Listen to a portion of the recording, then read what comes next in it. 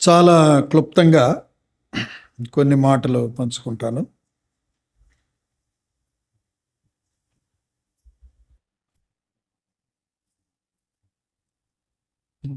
ప్రేమగల తండ్రి, మీకు వందనాలు చెల్లిస్తున్నాను.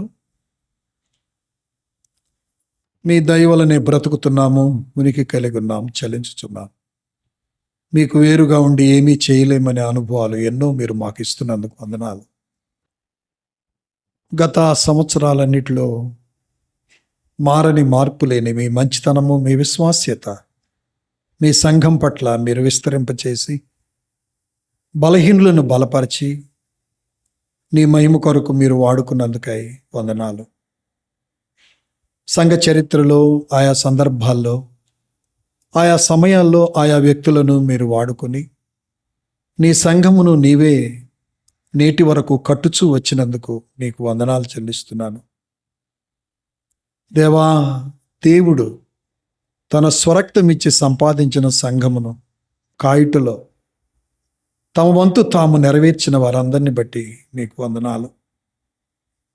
ఈ బలహీనుడైన, జ్ఞానము తెలివి లేనటువంటి వ్యక్తులమైన మమ్ములను ప్రేమించి మీరు బలమిచ్చి వాక్యముతో ఆదరించి ప్రేమించే సంఘాన్ని ఇచ్చి వారి ద్వారా కూడా బలాన్ని పొందుకుంటూ నేటి వరకు సహవాసంలో కొనసాగడానికి, మందిర పరిచర్యలో కొనసాగడానికి మీరు చూపిన కృపాంతటికై మీకు వందనాలు చెల్లిస్తున్నాం. దేవా, ఆయన తన వాక్కును పంపి వారిని బాగు చేసెను అన్నట్లు మా ఆధ్యాత్మిక జీవితాల్లో ఉన్న ప్రతి బలహీనతను నీ వాక్యము చేత స్వస్థపరిచి ప్రభు ఆ సంఘమును నీవే కట్టుచున్నందుకై మిమ్మల్ని స్తుతిస్తూ ఉన్నా. అయ్యా, మహిమగల దేవుడు తన సంఘము ద్వారా మహిమ పొందాలని భూమి మీద దాన్ని నిలిపి ఉండగా ఆశించినంత మహిమ మీకు మేము తేలేని వారముగా ఉన్నామని ఒప్పుకుంటూ ఈ సమయాన్ని మా కోసం ఆశీర్వదించి ఈ షేరింగ్ ద్వారా కానీ వాక్యము ద్వారా కానీ మరలా మరొకసారి మీ తాకిడి, మీ స్పర్శ మేము అనుభవించినట్లు కృపచూపుదురని, మనుషుల హృదయాల్లో నిజమైన కృతజ్ఞత పుట్టినట్లు సహాయం చేయండి. యేసు ప్రభు నామములో ప్రార్థించి వేడుకొనుచున్నాం తండ్రి, ఆమేన్. ప్రభునందు ప్రియులారా, 1989వ సంవత్సరంలో అప్పటికి నేను బందరు పట్టణంలో ఉద్యోగం చేస్తుండగా దేవుని పిలుపునందుకొని అక్కడ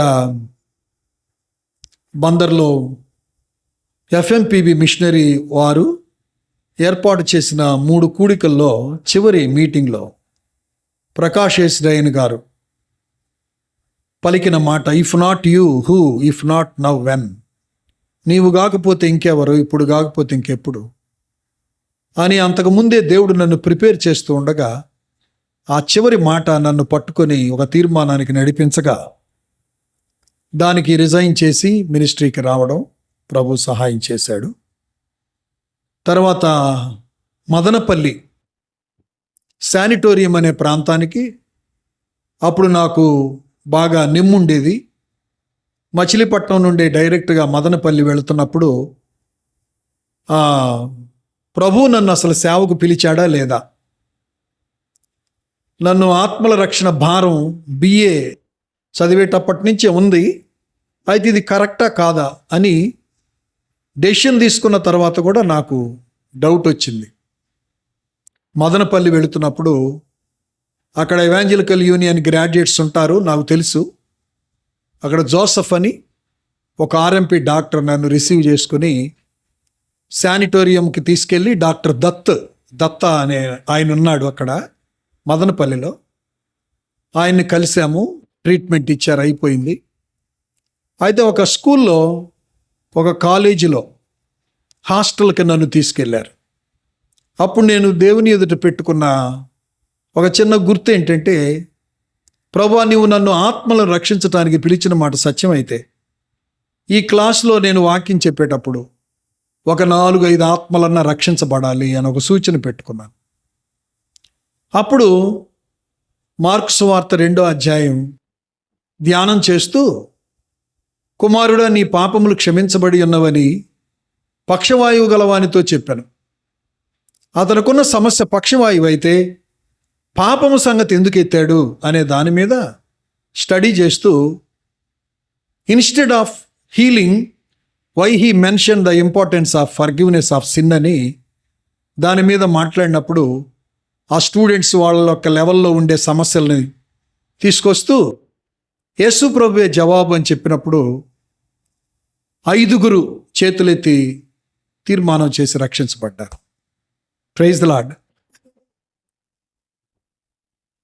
దాంతో దేవుడు ఫుల్ టైం కాల్ కన్ఫర్మ్ చేయగా రిజైన్ చేసి వచ్చి ఎదురు చూస్తూ ఉండగా ఈ గ్రామానికి చెందిన 2 సహోదరులు, మీరు ఊరకుండడం ఎందుకు, వచ్చి మా గ్రామంలో పనిచేయచ్చు కదా అన్నా అని వాళ్ళు రిక్వెస్ట్ చేసినప్పుడు వచ్చి పని చేయడం జరిగింది.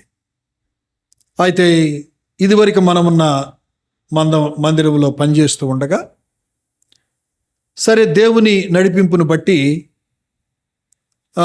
బయటికి రావటం జరిగింది. చాలా చరిత్ర ఉంది దాని వెనుక. 1989 అప్పటికి బ్యాచులర్ని. 1989 డిసెంబర్ 31వ తారీఖు రాత్రి అక్కడ బడి కొట్టంలో ప్రభు బల్ల ప్రారంభించడం ద్వారా సంఘం స్థాపితమైంది. Praise the lord. బల్ల ప్రారంభమే సంఘం స్థాపించడం అంటారనమాట. అది అయిన తర్వాత అక్కడక్కడ మనం కొంతకాలం బడి కొట్టంలో, కొంతకాలం ఆ సహోదరుడు దార అంకారావు ఇచ్చిన స్థలంలో, ఆ తర్వాత వనజమ్మ వాళ్ళ ఇంట్లో, తర్వాత ఇక్కడ సుబ్బులమ్మ, బొంకు సుబ్బులమ్మ వాళ్ళ ఇంట్లో, తర్వాత పెద్దప్ప వాళ్ళ ఇంట్లో అలాగా ఆరాధనలు జరుగుతూ వచ్చాయి. ఈలోపు మనం 4,000 రూపాయలు పెట్టి స్థలం కొన్నాం. 5 సెంట్లు స్థలం, అప్పుడు 4,000 రూపాయలు.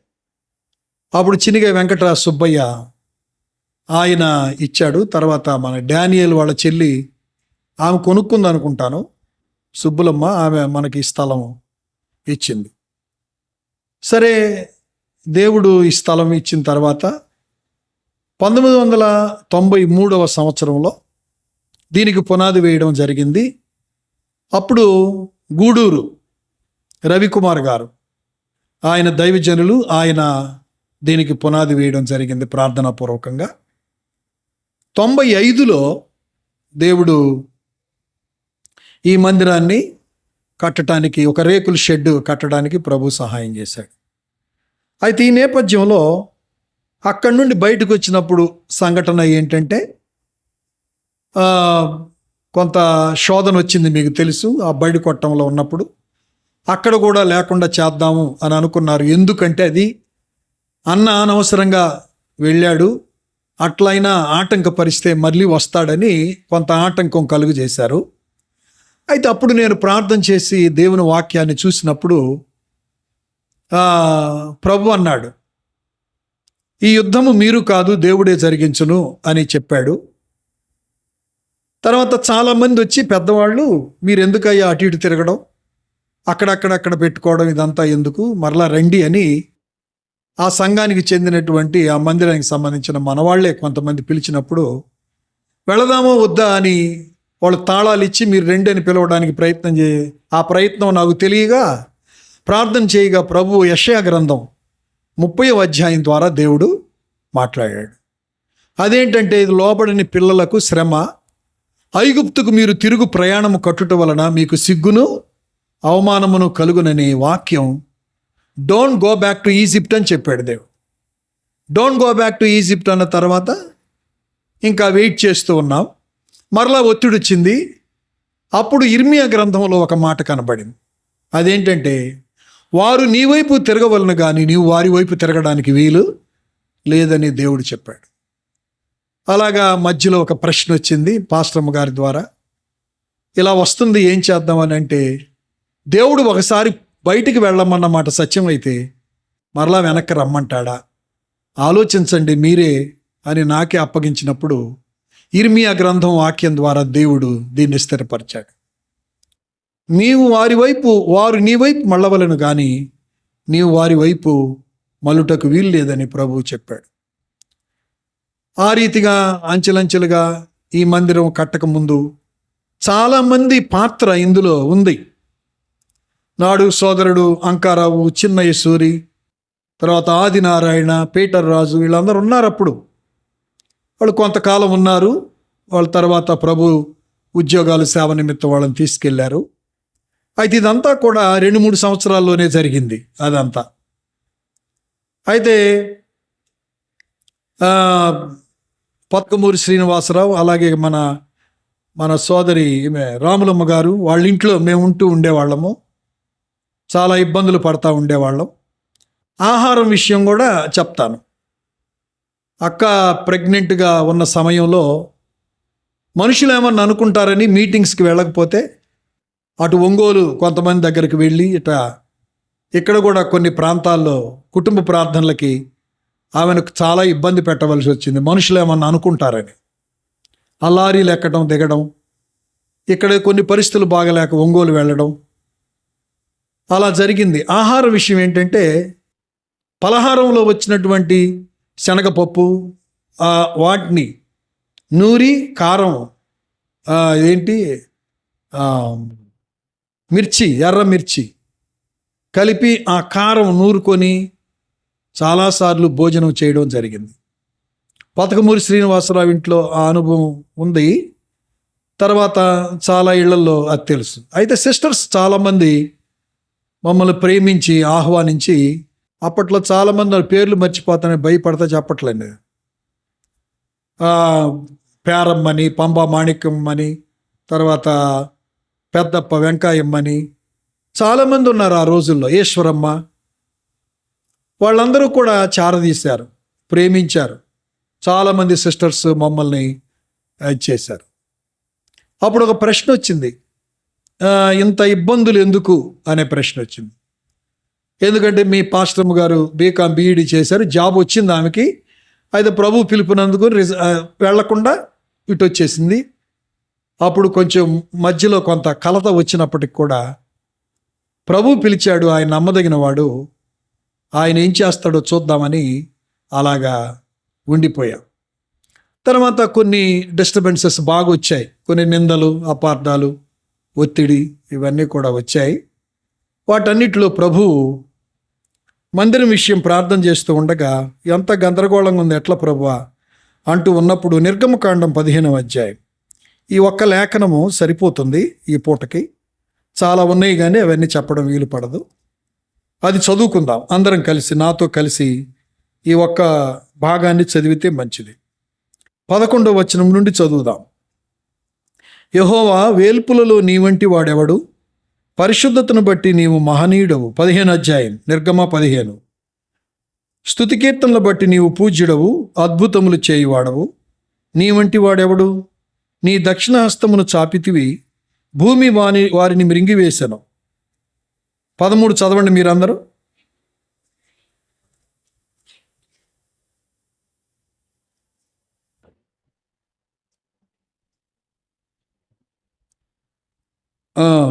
ఎదోము నాయకులు కలవరపడుదురు, మోయాబు బలిష్ఠులకు వణకు పుట్టును, కనాను నివాసులందరూ దిగులుంది కరిగిపోవుదురు, భయము, అధిక భయము వారికి కలుగును. యెహోవా, చదవండి అందరూ. నీ ప్రజలు అద్దరికి చేరు వరకు, నీ బాహుబలము చేత నీవు సంపాదించిన ఈ ప్రజలు అద్దరికి చేరు వరకు బాహుబలము చేత బగవారు రాతి వలె కదలకు ఉందరు. నీవు నీ ప్రజను తోడుకొని వచ్చెదవు. యెహోవా, నీ స్వాస్థ్యమైన కొండ మీద నా ప్రభువా, నీవు నివసించుటకు నిర్మించుకొనిన చోట నీ చేతులు స్థాపించిన పరిశుద్ధాలయమందు వారిని నిలువబెట్టెదవు. యెహోవా నిరంతరము. మందిరం విషయం మనం చాలా కష్టాలు పడుతూ బాధపడుతున్న రోజుల్లో దేవుడు ఈ వాగ్దానాన్ని ఇచ్చాడు. ఈ వాగ్దానం ఇవ్వడం, తర్వాత స్థలాన్ని కొనడం, 93లో పునాది వేయడం, 95లో పిసి వర్గీస్ గారి చేత ఇది ప్రారంభించటం జరిగింది. అప్పట్లో పిసి వర్గీస్ గారు కూడా నా ఫుల్ టైం విషయంలో చాలా చక్కగా వాక్యాలు ఎత్తి చూపించి కన్ఫర్మేషన్ లాగా ఆయన మాట్లాడేవాడు. ఆయన వచ్చి దీన్ని ప్రారంభించడం జరిగింది. తర్వాత ఎన్నో కలతలు వచ్చాయి, డిస్టర్బెన్స్ వచ్చినాయి. అవన్నీ వివరించేవి కాదు, చెప్పుకునేవి కాదు, అది పాతకాలం. అయితే దేవుడు తన సంఘాన్ని అనుక్షణం అనుక్షణం వాక్యంతో, ప్రతి ఇన్సిడెంట్లో వాక్యం, ప్రతి ఇన్సిడెంట్లో వాక్యం, ప్రతి ఇన్సిడెంట్లో వాక్యం, వాక్యము ద్వారా దేవుడి సంఘాన్ని స్థాపిస్తూ వచ్చాడు. ఎన్నో అద్భుతాలు దేవుడు చేశాడు.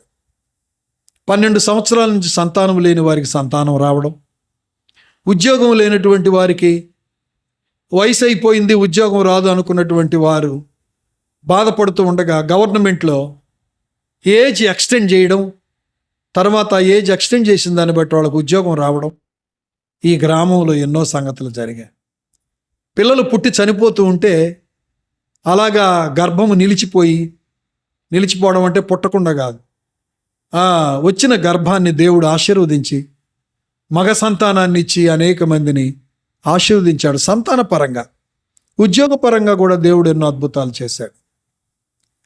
ఇందులో భాగంగా సంఘము యొక్క ప్రార్థన ఎంత పవర్ఫుల్గా ఉండిందంటే, ఆ రోజుల్లో శామ్యలు 4 బరువు ఉన్న రిక్షా కింద పడిపోయినప్పుడు, ఒంగోలులో మేము రెంటకున్నప్పుడు 4 మనుషుల బరువు తన పొట్ట మీద పోయినప్పుడు చనిపోతాడు అనుకున్నాం. ఆ స్పీడ్ బ్రేకర్ తట్టుకొని ఆ బరువు అంతా వాడి మీద పోయింది, చనిపోతాడు అనుకున్నాం. అప్పుడు శంకర్రావు అని ఉండేవాడు డాక్టర్ గారు.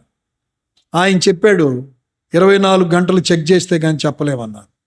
ఏడుగుండ్లపాడు నుండి 9 మంది సిస్టర్స్ వచ్చి ఆ రాత్రి అంతా ప్రార్థన చేయగా తెల్లవారేటప్పటికి మీ కుమారుడికి ఏమీ లేదు, అంతా బాగుందని చెప్పాడు. Praise the lord. అలాగా హ్యాన్సీ కూడా ఈ ప్రొటెక్షన్ విషయంలో సేవకుల్ని ప్రొటెక్ట్ చేయడం కానీ, పిల్లల్ని ప్రొటెక్ట్ చేయడం కానీ చాలా అద్భుతం. ఇది మన సాయిబాబా నిర్మల వాళ్ళ బిల్డింగ్, ఇప్పుడు ఆ మిద్దె అప్పుడు ఎట్టుందో ఇప్పుడు అలాగే ఉంది, ఇప్పుడు బాగు చేసుకున్నారులే. ఆ ఎత్తులో ఏంటి ఒక చెట్టు, చాలా పొడవుగా పెరిగే చెట్టు. ఏం చెట్టు అది? జామాయిల చెట్టా? జామాయిల చెట్టు. ఆ పొడుగుగా ఉంటే వీళ్ళు మిద్దె మీదకి వెళ్ళి ఎక్కి అది వాలి ఉంటే దాన్ని పట్టుకున్నారు. ఆ పట్టుకోవడంతో అది ఊగి హ్యాన్సీ చిన్నది 2 సంవత్సరాలు 3 సంవత్సరాలు అనుకుంటా పడిపోయింది, చచ్చిపోయింది అనుకున్నాం ఆ పిల్ల కూడా. అయితే అప్పుడు జేమ్స్ ఉన్నాడు. ఆ జేమ్స్కి TVS 50 ఉండింది, మా గుడ్డపోతల జేమ్స్ అండి. ఆ TVS 50 మీద ఆ పాపను తీసుకొని ఇక్కడ త్రోవగుంటలో ఒక ఆయన ఉంటే అక్కడికి వెళ్తే చనిపోయింది అనుకొని ప్రాణం చేస్తూ ఉంటే అక్కడికి వెళ్ళేటప్పటికి మూలిగిన పడింది. అమ్మయ్య, నేను చెప్పాను, ప్రభువా బ్రతికించు, నువ్వు ఊరకనే పుట్టించలేదు కదా బిడ్డల్ని, మరి మీకేదో పర్పస్ ఉంది, బ్రతికించని ప్రార్థన చేసినప్పుడు పాప బ్రతికింది. అంటే దేవుడు ఒక చోట తన బిడ్డలను ప్లేస్ చేసినప్పుడు ఆయనే చొరవ తీసుకుంటాడు అనే చెప్పడానికి చెప్తున్నాను. ఇలాగా దేవుడు ఏ ఉద్దేశంతో ఈ స్థలానికి ఒక కుటుంబాన్ని తీసుకొని వచ్చాడో ఆ ఉద్దేశం ఆయన నెరవేర్చుకుంటూ అన్ని పరిస్థితుల్లో దేవుడే తోడుగా ఉండి, తర్వాత కొద్దో గొప్ప ప్రార్థన చేసే సంఘాన్ని ఇచ్చి పిల్లల కొరకు ఆ రోజు ప్రార్థన చేయడం. అయితే బ్యాచులర్ అనే మాట ఎత్తాను కదా, పెళ్ళి ఎప్పుడైంది, వీళ్ళిద్దరు ఎప్పుడు పుట్టారు అది తెలియద్దు. 90లో పెళ్ళి అయింది, 91లో బాబు పుట్టాడు, తర్వాత పాప. వాళ్ళకు 2-3 సంవత్సరాలు వచ్చినప్పుడు అలాగా జరిగింది. ఇప్పుడు ఆ పాప మీకు తెలిసినట్టు రాజస్థాన్లో నేషనల్ స్టాఫ్గా EU తరపున పనిచేస్తుంది. బాబు మధ్యప్రదేశ్లో భోపాల్లో పనిచేస్తున్నారు. వాళ్ళు అలా అవుతారని మనం ఊహించలేదు. అలాగ దేవుడు సంఘాన్ని ప్రారంభించింది మొదలుకొని తన సంఘం, నా సంఘమును నేను కట్టుదునన్న మాట స్పష్టంగా ఎలా ఆయన నెరవేర్చుకుంటూ వచ్చాడో, 7గురితోనో 12 మందితోనో స్టార్ట్ అయిన సంఘం ఈరోజు 200 మంది పైచిలుకు. ఇప్పుడు అంతమంది లేరులే, 200 మంది పైచిలుకు ఉండేవారు 3-4 సంవత్సరాల క్రితం. తర్వాత గ్రాడ్యువల్గా తగ్గుతూ వచ్చింది. పెళ్ళిళ్ళు వెళ్ళిపోయిన వాళ్ళు, ఉద్యోగాల నిమిత్తం వెళ్ళిపోయిన వాళ్ళు, అలాగా. ఒక సమయంలో యూత్ చాలా బాగుండేది. దానికి ఎన్నో కారణాలు. సమాజంలో కారణాలు, వ్యక్తిగత కారణాలు ఉన్నప్పటికీ దేవుడు ఆ యూత్ చాలామంది ఉన్నారు, ఇప్పుడు బాగున్నారు వాళ్ళు. ఆ, చాలా సంతోషించేవాడిని ఈ యూత్ను బట్టి, పిల్లలందరినీ బట్టి. కాబట్టి దేవుడు సంఘాన్ని, నా సంఘము నేను కట్టుదునన్న మాట చాలా స్పష్టంగా నెరవేరుస్తున్నాడు. ఎన్నో అద్భుతాలు దేవుడు జరిగించాడు. ఈ సంవత్సరం కూడా చాలా అలజడి వచ్చింది. ఎలక్షన్స్ సంఘం మీద ఇదివరకు ప్రెసిడెంట్ ఎలక్షన్స్ అప్పుడు చాలా కలవరం వచ్చింది. తర్వాత ఈ ఎలక్షన్స్ కూడా కొంత డిస్టర్బ్ చేశాయి. అయినప్పటికీ ప్రార్థన చేసే బిడ్డలు ఉన్న కారణాన అంతగా కలవరాలు వచ్చినా వాటన్నిటిని దేవుడు అణిచివేసి నెమ్మదిగా తన సంఘాన్ని కాపాడుకుంటూ వస్తూ ఉన్నాడు. మెట్టుకు ఆరంభించిన దేవుడు అంతం వరకు కొనసాగిస్తాడని, నిబంధనను నెరవేరుస్తాడని, ఏ ఉద్దేశంతో సంఘాన్ని కట్టాడో ఆ ఉద్దేశం ఆయన నెరవేర్చుకోవడానికి సమర్థుడని, పరిస్థితులు ఆటంకాలు ఎన్నొచ్చినా ఆయన సంకల్పాన్ని ఆపలేవని సత్యం ఈ సంఘ చరిత్రలో నేను గ్రహిస్తున్నాను, మీరు గ్రహించారని నేను అనుకుంటూ ఉన్నాను.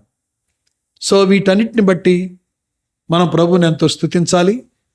ఈ మధ్య ఈ సంవత్సరం చనిపోయిన వారు నాకు గుర్తులేదు, చనిపోతారేమో అనుకునే పరిస్థితులు కొంతమంది జీవితంలో కూడా వెళ్ళాయి. అయితే దేవుడు వారిని ఎంతో అద్భుతంగా కాపాడి రక్షించి మన మధ్య సాక్షులుగా నిలబెట్టాడు. దాన్ని బట్టి ప్రభుగల తండ్రి మీకు వందనాలు చెల్లిస్తున్నాను. మీ దయ, మీ కనికరము నా మీద, మా మీద ఉన్నందున నేటికి ఇంకా సజీవంగా మీ సన్నిధిలో మేము కనబడగలుగుతూ ఉన్నాం. నీవు స్వరక్తం ఇచ్చి సంపాదించిన ఈ సంఘమును కాయుటకు మీరు ఏర్పాటు చేసుకున్న మీ సేవకునితో పాటు కొందరు సహోదరులను, సహోదరులను మీరు ఏర్పాటు చేసుకుని వారి సహకారము, సంఘము యొక్క ప్రార్థన, సంఘము ప్రార్థిస్తూ ఉండగా ప్రభువా సేవ ముందుకు సాగడానికి మీరు కృప చూపించినందుకై మీకు వందనాలు.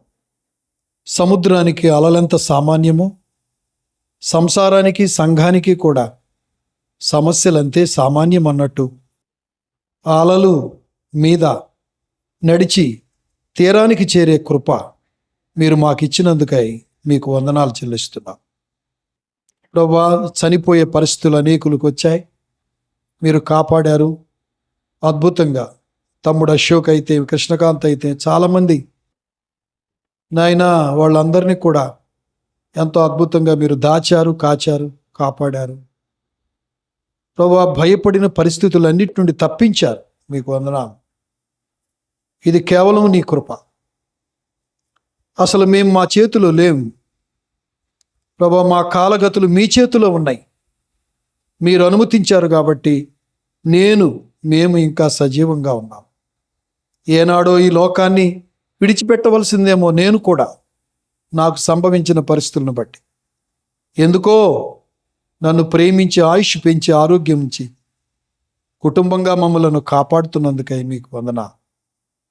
తన సేవకుని క్షేమమును చూచి ఆనందించు యెహోవా అన్న సత్యం నా జీవితంలో, మా కుటుంబంలో మీరు నెరవేర్చినందుకు వందనాలు. సేవకుని కుటుంబ క్షేమం మీరు చూచినందుకు వందనాలు, పట్టించుకున్నందుకు వందనాలు. స్తుతిస్తూ ఆరాధిస్తూ ఉన్నాం. దేవా, మీ మహిమ, మీ శక్తి ఎన్నో సందర్భాల్లో, ఎన్నో సంఘటనలో మీరు ప్రత్యక్షపరుచుకున్నారు. ఆర్థిక పరిస్థితులను, ఆర్థిక స్థితిగతులను బాగు చేశారు. అనేక మందిని పేదరికము నుండి గొప్ప చేశారు. ఎంతో దీనస్థితిలో ఉన్న గ్రామాన్ని ఉన్నతంగా మీరు బాగు చేశారు. భౌతికంగా ఆశీర్వదించారు. ఎంతో తృప్తి, సంతోషం నీ ప్రజలకు నువ్వు ఇచ్చావు. ప్రభా, నీ దాసుని కుటుంబాన్ని ఇక్కడ ఉంచి మీరే మీ కృపచేత బలపరిచి వాడుకున్నందుకై మిమ్మల్ని స్తుతిస్తూ ఆరాధిస్తూ మిగిలిన సమయాన్ని కూడా దీవెనకరంగా చేయమని ఈ స్తుతి, ఆరాధన, ప్రార్థన యేసు ప్రభు నామంలో మీకే సమర్పిస్తూ ఉన్నాం తండ్రి. ఆమీన్. నేను ఇంకో విషయం చెప్పడం మర్చిపోయాను. మన మధ్య డానియల్ అని, కందుల దానియేల్ ఉన్నాడు. ఆయన మేము ఒంగోలులో ఉన్నప్పుడు మా ఇద్దరిని వచ్చిన సైకిల్ మీద మోసుకొని పోతూ ఉండేవు. ఆ సైకిల్ మీద ముందు ఒకరు వెనక ఒకరిని కూర్చోబెట్టుకొని వెళ్తా ఉండే 4-5 సార్లు డానియల్ చనిపోతాడు అనుకున్నాం మేము. నిన్ననే అద్దంకి వెళ్ళి పరామర్శించి వచ్చాం. ఈరోజు మీటింగ్కి వస్తాడు అనుకోలేదు. డానియల్ ఎదుగు ఆ మధ్యలో ఉన్నాడు. ఆయన సజీవ సాక్షి. అనేక మంది ప్రార్థిస్తుండగా ప్రభు తనను మన మధ్య నిలబెట్టాడు. దేవునికి స్తోత్రం, దేవునికి మహిమ కలుగును గాక. ఆయన చాలా కష్టపడ్డాడు మా కొరకు ఆ దినాల్లో. అయితే అప్పుడు ఒక జనరేషన్ పోయింది. తర్వాత నెక్స్ట్ జనరేషన్ ఏంటంటే వీళ్ళు డానియలు, అన్నపూర్ణ, అశోకు, ఈ జనరేషన్, ఈ ఇంకా బుల్లి, నాగరాజ, ఈ మురళి, ఈ జనరేషన్, ఈ తరము, పద్మ, కొత్త చోట్ల ఆదిలక్ష్మి, వీళ్ళంతా ఈ జనరేషన్ కూడా ఎంతో సపోర్టివ్గా ఉండి మినిస్ట్రీకి ఎంతో ఉపయోగపడ్డారు. ఇంకా ఎన్నో సంగతులు గుర్తొస్తున్నాయి, సమయం లేదు. మనం ఒక స్తుతి గీతం పాడుకుని మిగిలిన విషయాల్లోకి మనం వెళదాం. నీదు విశ్వాస్యత మా ప్రభు యేసు అంతరిక్షము అధిగమించేను. నీదు విశ్వాస్యత మా ప్రభు యేసు అంతరిక్షము అధిగమించేను. నిన్ను ప్రేమించి నీ ఆజ్ఞలను అనుసారించు మనుజావళికి, నిన్ను ప్రేమించి నీ ఆజ్ఞలను అనుసారించు మనుజావళికి, నీ బంధనను స్థిరముగా చేసి, నీ బంధనను స్థిరముగా చేసి, నిరతము నలరారెడు మా ప్రభువా, నిరతము నలరారెడు మా ప్రభువా. నీదు విశ్వాస్యత మా ప్రభు యేసు అంతరిక్షము అధిగమించేను. చెప్పండి. నీదు విశ్వాస్యత మా ప్రభు యేసు అంతరిక్షము అధిగమించేను. బయటకెళ్ళు. ఎంతైనాను నమ్మదగిన వింతైనా నీ విశ్వాస్యత, ఎంతైనాను నమ్మదగిన వింతైనా నీ విశ్వాస్యత, వాత్సల్యత వెలసెను మాపై, వాత్సల్యత వెలసెను మాపై, క్రొత్తగా ప్రతిదినము యేసు ప్రభో, క్రొత్తగా ప్రతి దినము యేసు ప్రభో.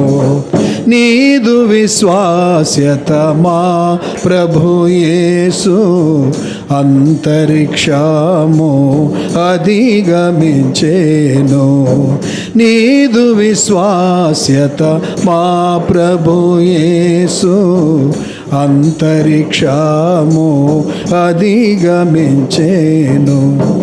తండ్రి కుమారా శుద్ధాత్మకును తరతరములకు మహిమా ఘనత, తండ్రి కుమారా శుద్ధాత్మకును తరతరములకు మహిమా ఘనత, పరిపూర్ణముగా ప్రబలునుగాక, పరిపూర్ణముగా ప్రబలునుగాక, పరిపరి విధముల ప్రభు సంగములో, పరిపరి విధముల ప్రభు సంగములో.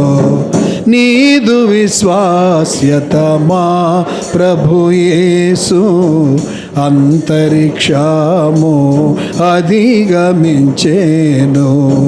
నీదు విశ్వాస్యత మా ప్రభు యేసు అంతరిక్షము అధిగమించేను. కూర్చోండి.